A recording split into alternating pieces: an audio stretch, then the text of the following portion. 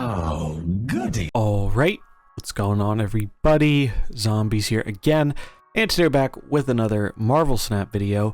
So the patch finally dropped today after being delayed a week, and we have some balance changes. We talked about those before, going to be seeing how they are in action pretty soon. But the other thing that popped into the game today are some new bundles. Now, we had some information about some of this stuff, but not really exact pricing and whatnot. So let's take a look at it and see if this stuff is kind of worth the money or not. I'm not really going to focus on the first one too much. Basically, the short version of the Primal Masterpiece here is, it depends how much you value these variants, basically. You're buying this bundle, you're not really buying it for the credits, you're buying it because you like the variants, and maybe the boosters are a bonus if you want to split these cards. Personally, I don't think it is really worth it for the cost, as it is kind of expensive at 3,000 gold, and it doesn't include a large amount of credits or, more importantly, collector's tokens. So to me, this is a pass unless you are really, really into at least two, if not all three of these variants. Pro Bundle. So this is the one we're going to spend some time talking about here. This is not a great look. This is not great at all. So looking at the raw numbers in terms of value, it's funny, they actually even say 250 collection level value. Look at all those boosters, what everyone wants. So if you're going to be if you're someone who's already max spending on this game, or if you're someone who believes that they want to speed along their Pool 3 progression and is okay with paying a pretty high amount of money to do that, this bundle is probably aimed at you. But for most players, I don't think this really makes a whole lot of sense.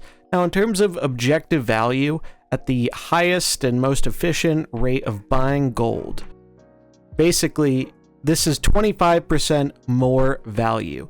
So normally, if you put in $100 in gold and you converted it to credits, you would essentially be getting 10,000 credits instead of 12,500. So pretty easy math there, 25% boost, and whatever value you put on the boosters. I personally would not put a monetary value on the boosters, especially because they are Ben Brode's favorite thing here, random. So these could be for any card, even cards you do not care about upgrading. So I really would not put any value into the boosters. If you're buying this for the credits. Now, should you buy this? Pretty much, if you're someone who is okay with the current price of the game and paying the max amount, this is an objectively better value for you. I'm someone who's spent a decent amount of money on the game over time.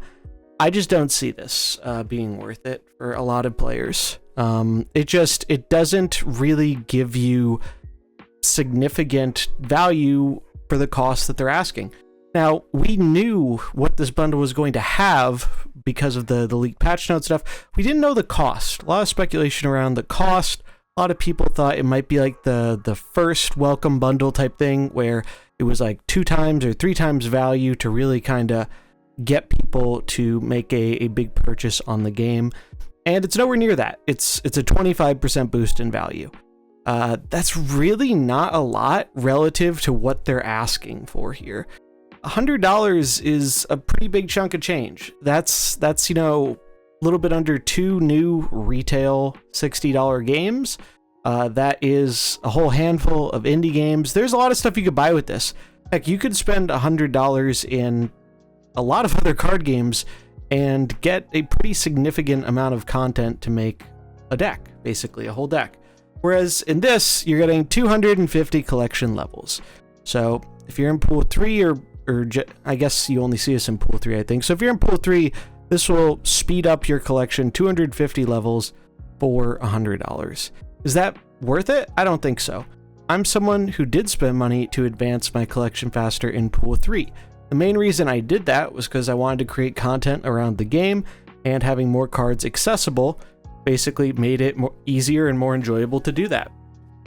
But when I look back on it, if I was not creating content for this game, and a lot of content for it at that, never would have been worth it to me. It just simply, the value proposition is really, really low. They're asking really, really high prices, and what you're getting for it just isn't very much. It's pretty small in the grand scheme of things. Now, that's just Pool 3. This gets worse as you get out of Pool 3. If you're out of Pool 3, this is essentially going to give you a little bit less than half of a Series 5 card, and you'll probably open at least one Series 4 card along the way from using the credits. That's kind of crazy. That's like really, really kind of crazy to me, because that's basically saying, hey, at this bonus value, we want you to be paying like $200 a Series 5 card. And their defense about this is kind of, well, you can earn one a month for free, and that's true. It's kind of absurd, the prices that they're asking for more than that. And as we're seeing with some of these Series 5 cards really kind of defining the metagame, with things like Darkhawk, with things like Shuri, with things like Bast, and more decks using not one, but two or more of these cards, it starts to really be relevant how much it actually costs a person to get these cards. Also, we still don't know how cards are rotating down, which cards are rotating, when they're rotating. We know nothing about that. And we're probably not going to hear anything about it until, at the earliest, next month's developer update, or for the next season's developer update. So this I think is really going to amplify people's concerns with the economy. People already were pretty unhappy with the economy overall, and some of these bundles and whatnot, but I think this is really the bundle that's going to push a lot of people's buttons. So overall, I would not buy this. I don't think it's really worth it.